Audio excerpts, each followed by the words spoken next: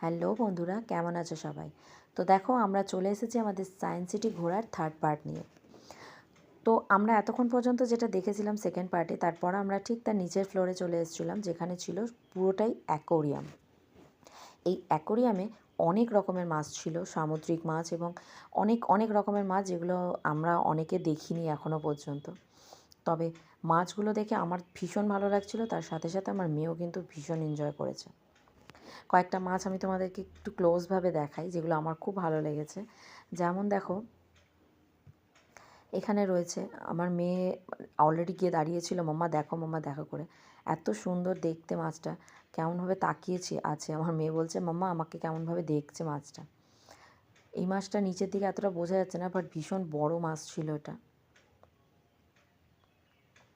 মাছের নামগুলো, এটা একটা দেখো, এইটা একটা মানে এমনই মাছ, পুরো হোয়াইট কালারের, দেখে যেন মনে হচ্ছে পুরো চর্বির মতো, মানে মাটনের যেমন চর্বি হয় না, ঠিক সেরকমই ওর স্কিনটা ছিল।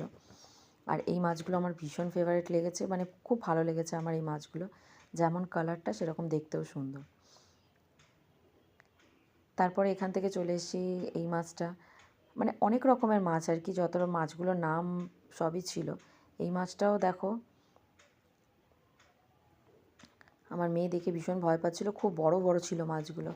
তারপর ওখান থেকে আমরা মোটামুটি ঘুরে টুরে বেরিয়ে চলে এলাম, এসে কিছু খাওয়া দাওয়া করলাম, হালকা চাট কিছু খেয়েছিলাম, পাপড়ি চাট টাইপস। তারপর আমরা এখান থেকে আরেকটা জায়গায় চলে গেছি, যেখানে ইন্ডাস ভ্যালি, ঠিক আছে, যেখানে ইন্ডিয়ার ভ্যালির সমস্ত জিনিসপত্র কী করে আগেকার মানুষেরা বানাতো, মাটির জিনিস হলো, তামার জিনিস হলো, সেগুলোর একটা মানে বানানো রয়েছে পুতুলের সাহায্যে। তো দেখো, এগুলো আমরা দেখলাম, দেখার পর আমরা ওখান থেকে এগিয়ে গেলাম। আমার মেয়ের কিন্তু আর এগুলো ভালো লাগছিল না, কারণ এগুলোতে ওর কোনো ইন্টারেস্ট ছিল না দেখাতে।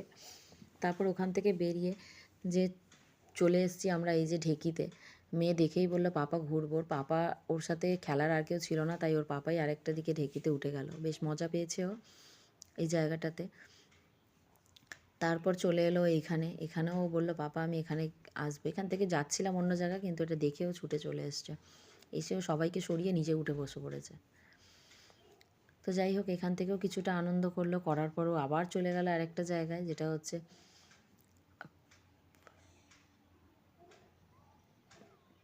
কি জায়গা এটা তোমরা একটু নিজেরাই দেখো। মুখটাতে শুধু জাস্ট ঢুকেছে। এখান থেকে আমরা ভেবেছিলাম যে ওদিকে যাওয়ার হয়তো জায়গা আছে কিছু, কিন্তু কোনো জায়গা ছিল না, যার জন্য মুখে ঢুকে আবার বেরিয়ে চলে এসেছে। তারপর এখান থেকে আমরা আরেকটা জায়গায় চলে গেলাম। এখানে আমরা যেটুকু দেখছিলাম, বলা মানে বর আগেই বলেছিল আমাকে যে ওখানে একটা এমন একটা কাঁচে মানে আয়নার মতো কিছু একটা ব্যাপার রয়েছে, যেখানে ঢুকলে তুমি মানে চারিদিকে শুধু আয়না, রাস্তা খুঁজে পাওয়া যাবে না। তো আমি আর আমার মেয়ে ভীষণ এক্সাইটেড ছিলাম এই জায়গাটা, বাট যতটা বরের মুখ থেকে শুনলাম ততটা কিছু নয়। এখানে আরামসে ঢোকা যায় এবং জায়গা খুঁজে ঠিক বেরোনো যায়, সেরকম কোনো ব্যাপার নয়। কিন্তু তাও আমার মেয়েই আমাকে আর ওর পাপাকে বার করেছে, আমরা নিজেরা বেরোতে পারছিলাম না, জায়গা খুঁজছিলাম। আমার মেয়ে বলছে, এদিক দিয়ে এসো মাম্মা, এদিক দিয়ে এসো। ওই আমাদেরকে ফাইনালি ওখান থেকে বাইরে বার করে দিল। ওখান থেকে বার করার পরে আমরা এখানে এলাম 3D একটা মুভি দেখতে, 3D শো দেখতে।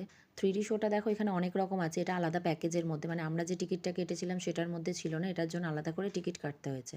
আর এটার টিকিটের দামটা আলাদা আলাদা রয়েছে, মানে আমরা যেটা দেখেছি সেটা 30 টাকা ছিল টিকিট, এরপরেও রয়েছে 120 টাকার একটা 60 টাকার, এরকম। তো আমরা 30 টাকারটাতেই দেখলাম।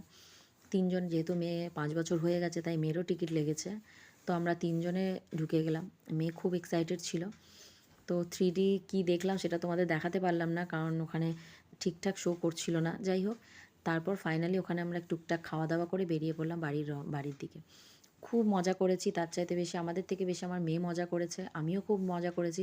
বাট এতটা জায়গা জুড়ে এই সায়েন্স সিটিটা, তোমরা যারা গেছো তারা জানো, ভীষণ পায়ে যন্ত্রণা করছিল, ভীষণ টায়ার্ড হয়ে গেছিলাম আমি মেয়ে দুজনেই। তো খুব ভালো কেটেছে আমাদের। তোমাদের কেমন লাগলো আর কারা কারা গেছো অবশ্যই